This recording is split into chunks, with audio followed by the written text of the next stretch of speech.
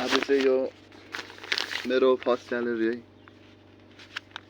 First salary के भनौँ 3-4 दिनको। यसमा कति घन्टा लागेछ, कति पैसा आएछ हेर्दिउँ।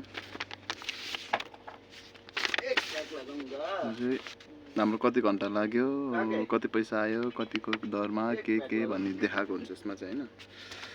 अनि यसमा चाहिँ यो पैसा छ 10 को नोट यो भयो 20